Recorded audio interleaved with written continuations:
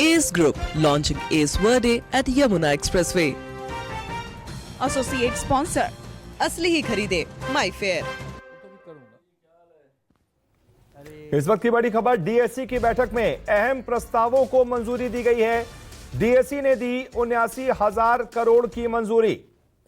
DSC ने drone की खरीद को भी मंजूरी दे दी है। इस वक्त की बड़ी खबर, एयर डिफेंस के लिए मिसाइल खरीदने को भी मंजूरी दे दी गई है।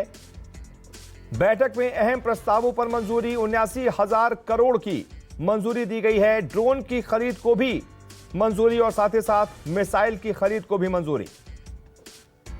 एयर डिफेंस के लिए मिसाइल खरीदने को मंजूरी। डीएससी की बैठक में कई अहम प्रस्तावों को मंजूरी दी गई है।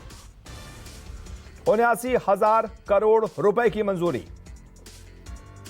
डीएससी ने ड्रोन की खरीद को भी मंजूरी दी और साथ ही साथ मिसाइलें खरीदने के लिए भी मंजूरी दी गई है। एयर डिफेंस के लिए मिसाइल खरीदने को मंजूरी।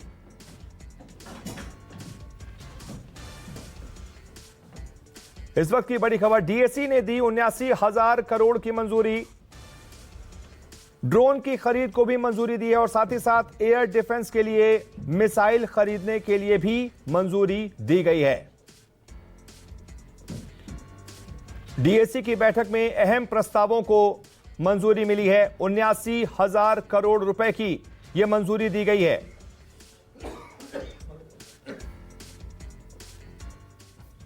और ज्यादा जानकारी के लिए पवन मिश्रा से बातचीत करते हैं। पवन, क्या है पूरी डिटेल्स?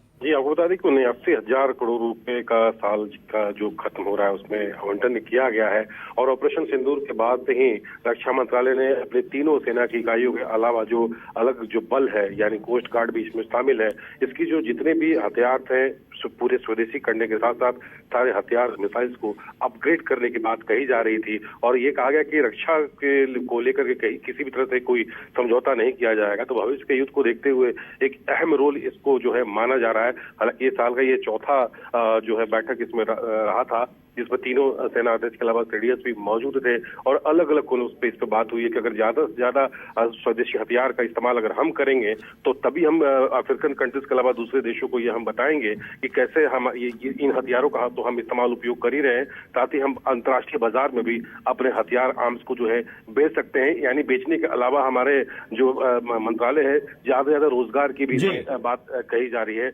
अपग्रेडेशन की बात कही जा रही है। नई पीढ़ी के तमाम हथियार के साथ साथ टैंकों का इस्तेमाल इसमें किया जाएगा। जिन टैंकों पर हम इजराइल पर निर्भर रहते हैं या फिर अगर हम फॉरेन पे निर्भर रहते हैं। बहुत बहुत शुक्रिया इस तमाम जानकारी के लिए।